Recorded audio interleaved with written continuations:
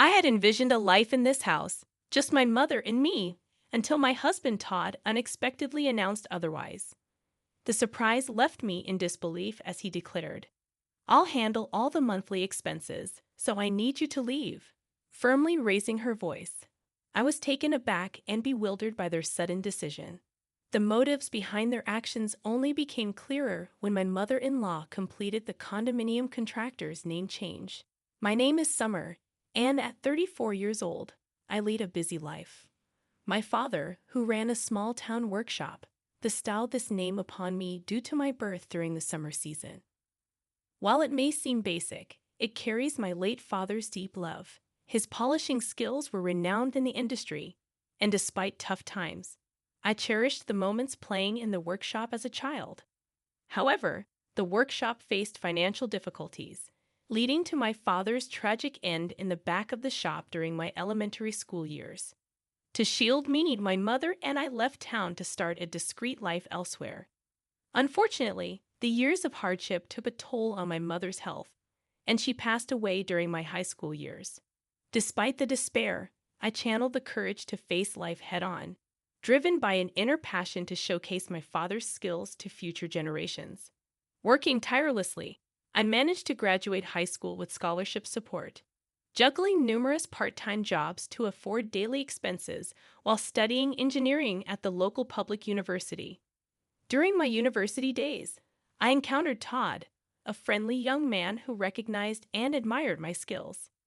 Unlike many others, he never looked down on me for being a woman, fueling my determination. After graduating, we began living together, sharing our lives. Todd efficiently managed household chores, providing immense support, especially on busy workdays. 6 years later, at 28, I contemplated reviving my father's small-town workshop, with Todd wholeheartedly supporting my dream. As we discussed the possibility of marriage frequently over these 6 years, my lifelong dream seemed poised to become a reality. However, my primary focus was on rebuilding my father's workshop before considering marriage. Todd respected this wish and patiently waited. To raise funds, I opted for crowdfunding, leveraging my position as a female engineer. I incorporated the uniqueness of my story into the advertising campaign, aligning with the societal shift towards increased support for women. Carefully planning and persistently securing funding and the right personnel, after 4 years of effort, I successfully revived the town workshop. Mindful of the financial struggles the old workshop faced, I introduced state-of-the-art equipment and gave the factory a modern and sophisticated design.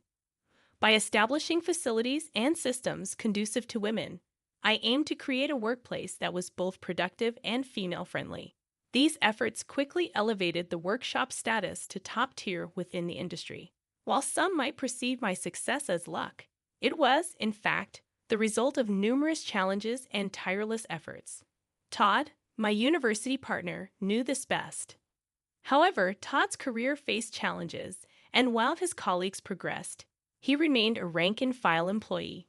Growing frustrated, he started expressing his dissatisfaction, saying coldly, "You're really lucky to have succeeded. There must be someone better for you than me, right?" I repeatedly reassured him that my success wouldn't have been possible without his unwavering support. I genuinely believed his involvement in my life and career was indispensable. To express my deep gratitude and love, I proposed marriage. I valued his special presence, pure and warm-hearted sensitivity, bringing happiness to my everyday life. Despite finding great comfort and solace in his presence, I began noticing changes in his heart over the 10 years since we became adults. My hope was to dispel his insecurities through marriage. Upon deciding to marry, we rushed to inform our families. Contrary to my expectations, Todd's family home was an old, decaying wooden house that raised concerns about its stability. When Todd's mother first saw me, she remarked, "You're the daughter of the wealthy business owner they often talk about," reflecting my past fundraising and media exposure. In the pursuit of success, I had emphasized the importance of first impressions, but the reality of Todd's family background differed from my expectations. I dedicated considerable time and effort to my attire and appearance, aiming for a suitable impression. However, from my mother-in-law's perspective, my outfit might have appeared flashy and excessive. She started speaking in a sarcastic tone, implying that I owed my appearance to Todd's assistance. Despite feeling grateful, I sensed tension as I entered their quiet old house. Todd seemed to have something on his mind, but remained silent. His father, in tattered clothes and with a restless demeanor, reflected the atmosphere of the home. Apologizing for the state of their house, he acknowledged its issues and conveyed that it might differ from the appearance of a wealthy household. Trying to calm myself, I internally took several deep breaths. Each time I made a casual remark, Todd's parents responded with comments about how rich people have different ways of thinking and values than common people like us, making genuine conversation difficult. Back at home, I asked Todd about his parents' views on wealth, and he shared surprising facts. Since childhood, he was taught that fancy apartment buildings were probably built on wrongdoing, and wealthy people engaged in shady dealings. They were believed to lack understanding of others' feelings or hardships, and Todd was advised to avoid befriending children from wealthy families. Although I hadn't grown up in a wealthy family myself, I found it intriguing to understand the roots of his parents' strong feelings. Even afterward, Todd's parents disapproved of our relationship. His mother often expressed concern about me making him do too much, while his father advised him not to let married life be completely dominated by his wife. These sentiments seemed to contribute to Todd's declining self-esteem. Behind my successful career was a desire to fulfill my late father's dream, not a wish to look down on others or use them. Despite Todd previously discussing this with his parents, my social success left a lasting impression on them. Attempting to improve our relationship, I communicated and tried to understand them multiple times. However, no matter how much goodwill I showed, Todd's father approached me with bias, saying, "This is how rich people think." Their reactions gradually closed off my heart. Meanwhile, as Todd visited his family more frequently due to his father's deteriorating health, we started distancing ourselves, even though we were married and living together. About 2 years later, he suddenly announced that he had decided to quit his job because he was too busy with things at home. I was infuriated that Todd made such a significant decision without discussing it with me first. At that point, our relationship had deteriorated into a mere formality, lacking meaningful and sincere communication. He claimed to be busy with housework, but in reality, he frequently visited casinos and racetracks. When I confronted him about his actions, Todd dismissively suggested hiring a professional housekeeper, stating that he wasn't my servant, and we had enough money to cover the expense. His words left me deeply shocked and at a loss for a response.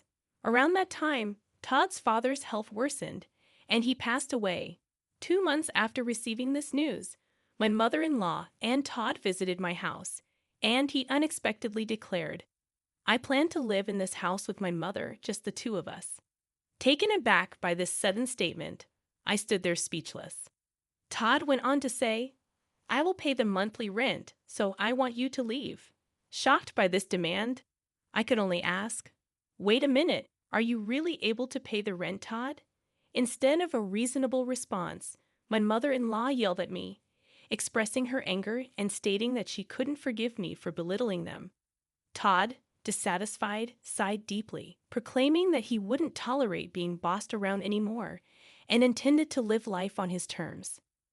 Surprised by their intense attitude, I momentarily lost my words. Reflecting on their past actions and words, I realized that dealing with them would be extremely challenging. I responded firmly, "I understand. I will leave this house next month." Unsatisfied, my mother-in-law pushed for an even quicker departure, demanding, "Can't you just get the hell out of here and leave next week?" I'm being ready for my new life, and I've already arranged for my stuff to be delivered to my new house. Her abrupt demands puzzled me, considering I had just decided to leave. Unable to comprehend her reasoning or course of action, I hesitated. In response, my mother-in-law raised her voice even more, asserting, "Someone as wealthy as you should leave them moving to professionals, right?" She repeated a sarcastic phrase, implying that she viewed the wealthy as something special or different. Initially, I considered it proper for them to move to a new place since I was the one who contracted for the house. However, my mother-in-law continued to assert strongly, "This house belongs to Todd. No matter how much you earn, I won't allow you to hide that fact." Behind her words, I sensed a message that my higher income shouldn't make me feel superior to Todd. Looking at Todd's changed and gloomy expression, I questioned why I had invested so much time in such a person. In this unbearable situation, where living with them seemed insufferable, and I wanted to avoid sharing the same space, breathing the same air, I concluded that it was time to seriously consider divorce. Understood. This weekend, I'll proceed with the moving arrangements, handling all necessary document changes and procedures. When I responded in a soft tone, Todd and his mother exchanged glances, smirking triumphantly, as if a long battle had ended, and they had finally won. Immediately, I began searching for vacancies in apartments and condos, also looking for a reliable moving company amidst my busy days, including work-related business trips. Returning home, I found Todd deep in sleep, seemingly ignoring my existence. On the weekend, he calmly signed the divorce papers without displaying any emotion. Meanwhile, his mother was receiving explanations from the real estate agent about the rental agreement and signing the contract. I was particularly concerned about whether she truly understood the high rent of $66,000. After completing all the procedures, I found myself walking alone toward a new place with a high-rise condo behind me. The new apartment, a one-bedroom with secure surroundings, was perfect for me living alone. During the move, I decided to discard many unnecessary things, clearing both my room and my mind for a fresh start. Decorating the space to my liking was an enjoyable time for me, gradually immersing myself in the new lifestyle. Thoughts of Todd and his family started to fade, although I couldn't completely erase them from my mind.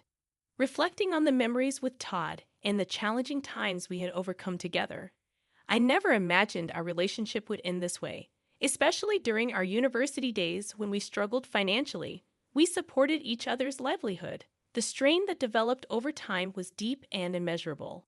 However, I later came across shocking information when I coincidentally reunited with a university friend. She told me rumors of Todd flaunting around in city clubs. Also, a former neighbor from where I used to live mentioned seeing my ex-mother-in-law frequently entering and exiting a luxury foreign car. They described them wearing unfamiliar, luxurious fur clothes and speaking completely differently than before. Hearing about their lavish lifestyle, I couldn't believe they'd once looked down on the wealthy. Particularly after I had distanced myself from that life, I saw how much they had transformed. Then, unexpectedly, 2 months later, I received a call from Todd. "I really need your help." His voice conveyed a level of desperation I had never heard before. I had not expected to hear from him in such a manner after our one-sided relationship ended. Actually, we've gotten ourselves into some unexpected trouble. What exactly happened? Todd's response indicated that the events had begun 3 months prior. He was shocked to learn the astonishing truth through a call from his mother. "I hit the jackpot in the lottery. Can you believe $30 million? She had apparently been buying lottery tickets in the past, and this time she had won an amount beyond her wildest dreams. Is that really true, or is it a joke?" Todd asked her to confirm. After checking the lottery numbers multiple times herself, the ex-mother-in-law assured, "There's no mistake. I've checked it over and over. We are so unbelievably rich now. Now we can face those upper-class people with no problem. Truly, God has blessed us." She spoke with elation, lifting her spirits. Moved by these words, Todd was in tears, and his mother added, "With this amazing stroke of luck, you can escape from that woman's clutches. Have you heard?